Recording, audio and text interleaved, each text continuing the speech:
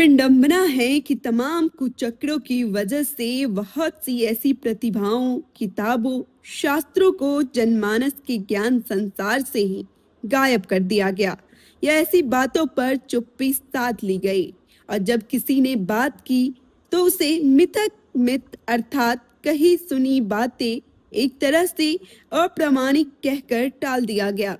किन लोगों ने किया, किनके हाथ में शुरुआती शिक्षा व्यवस्था रही, यह सबको पता है। चलिए बात न्यूटन से शुरू करते हैं। आप न्यूटन को जरूर जानते होंगे, बचपन से पढ़ते आ रहे हैं। विदेशी हैं, विज्ञान के लिए बहुत कुछ किया है। लेकिन क्या आप स्वामी माधवन या ज्येष्ठ देव को जानते हैं? निश्चित ही नहीं जानते। अधिकांश लोग नहीं जानते होंगे। अभी तक आपको यही पढ़ाया गया कि न्यूटन जैसे अभी तक आपको यही पढ़ाया गया है कि न्यूटन जैसे महान वैज्ञानिक ही कैलकुलस, खगोल विज्ञान अथवा गुरुत्वाकर्षण के नियमों के जनक है। लेकिन वास्तविकता यह है कि इन सभी वैज्ञानिकों से कई वर्षों पूर्व 15वीं सदी में दक्षिण भारत के स्वामी ज्येष्ठदेव ने ताड़पत्रों पर गणित के ये तमाम सूत्र लिख रखे हैं।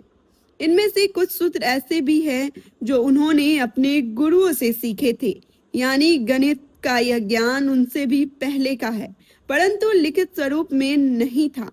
मैथमेटिक्स इन इंडिया पुस्तक के लेखक किम फ्लोपकर लिखते हैं, तथ्य यही है, सन 1660 तक यूरोप में गणित का कैलकुलस कोई नहीं जानता था।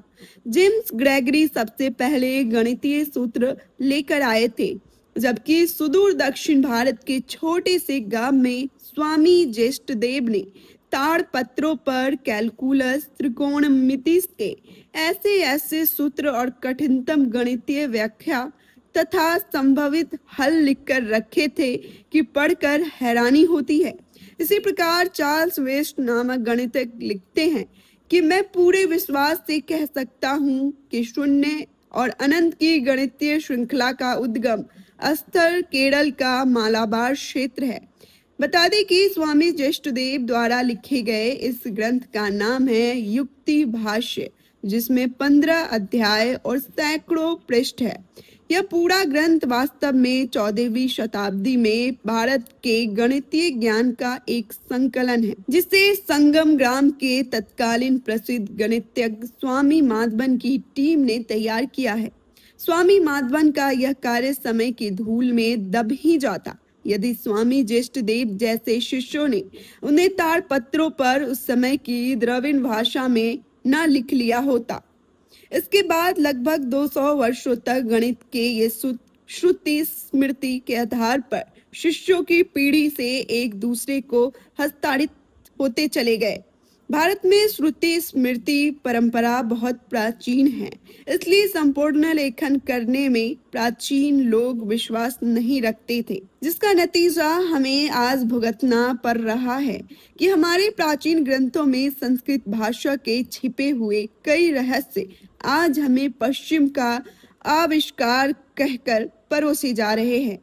जॉर्ज टाउन विवी के प्रोफेसर होमर वाइट लिखते हैं कि संभवतः 15वीं सदी का गणित का यह ज्ञान धीरे धीरे इसलिए खो गया क्योंकि कठिन गणितीय गणनाओं का अधिकांश उपयोग खगोल विज्ञान एवं नक्षत्रों की गति इत्यादि के लिए होता था। सामान्य जनता के लिए यह अधिक उपयोगी नहीं था।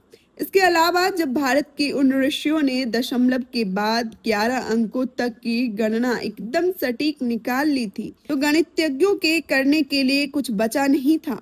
ज्येष्ठदेव लिखित इस ज्ञान के लगभग लुप्तप्राय होने के 100 वर्षों के बाद पश्चिमी विद्वानों ने इसका अभ्यास 1700 से 1830 के बीच किया। चार्ल्स वेस्ट ने युक्ति भाष्य से संबंधित अपना एक paper Royal Asiatic Society of Great Britain and Ireland की पत्रिका में छपवाया। Charles West East India Company के मालाबार क्षेत्र में काम करते थे, जो आगे चलकर जज भी बने। लेकिन साथ ही समय मिलने पर चार्ल्स वेस्ट ने भारतीय ग्रंथों का वाचन और मनन जारी रखा।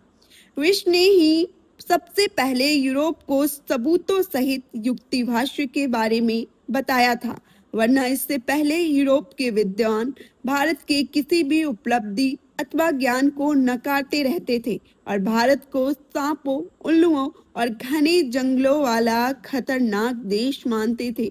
ईस्ट इंडिया कंपनी के एक और वरिष्ठ कर्मचारी जॉन वारेन ने एक जगह लिखा है, हिंदुओं का ज्यामितीय और खगोलीय ज्ञान अद्भुत था। यहाँ तक कि ठेठ ग्रामीण इलाकों के अनपढ़ व्यक्ति को मैंने कई कठिन गणनाएं मुंह जबानी करते देखा है। स्वाभाविक है कि यह पढ़कर आपको झटका तो लगा होगा, परंतु आपका दिल सरलता से इस सत्य को स्वीकार करेगा नहीं, क्योंकि हमारी आदत हो गई है कि जो पुस्तकों में लिखा है, जो इतिहास में लिखा है अथवा जो पिछले 100-2 वर्षों में पढ़ाया सुनाया गया, केवल उसी पर विश्वास किया जाए। हमने कभी भी यह सवाल नहीं पूछा कि पिछले 200 या 300 वर्षों में भारत पर किसका शासन था, किताबें किसने लिखी, झूठा इतिहास किसने सुनाया, किसने हमारी संस्कृति को छीन ली, किसने हमारे प्राचीन ज्ञान को हमसे छिपा कर रखा। लेकिन एक बात ध्यान में रखें कि पश्चिमी देशों द्वारा अंग्रेजी में लिखा हुआ भारत का इतिहास, संस्कृति हमेशा सच ही हो, यह भी जरूरी नहीं।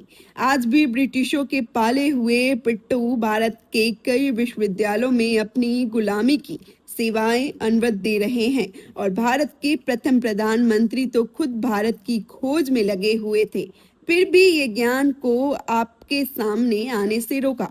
यह भी हो सकता है कि उन्होंने ध्यान ही ना दिया हो या बात उन तक पहुंची ही ना हो। हमें तो बाबा, ब्लैक शिप और ट्विंकल ट्विंकल लिटिल स्टार रटाते रहे और अंग्रेज हमसे ज्यादा पढ़े लिखे ज्ञानी हैं समझाते रहे।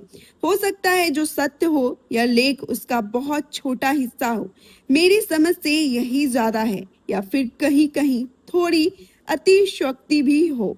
खैर जो भी हो, लेकिन आप अभी तक स्वामी माधवन या ज्येष्ठ देव से ठीक से परिचित तो नहीं ही होंगे, तो यह महज आपके अंदर जिज्ञासा का एक बवंडर उठने की कोशिश है। अब आप खुद और जानने की पहल कीजिए, खोजिए, तलाशिए।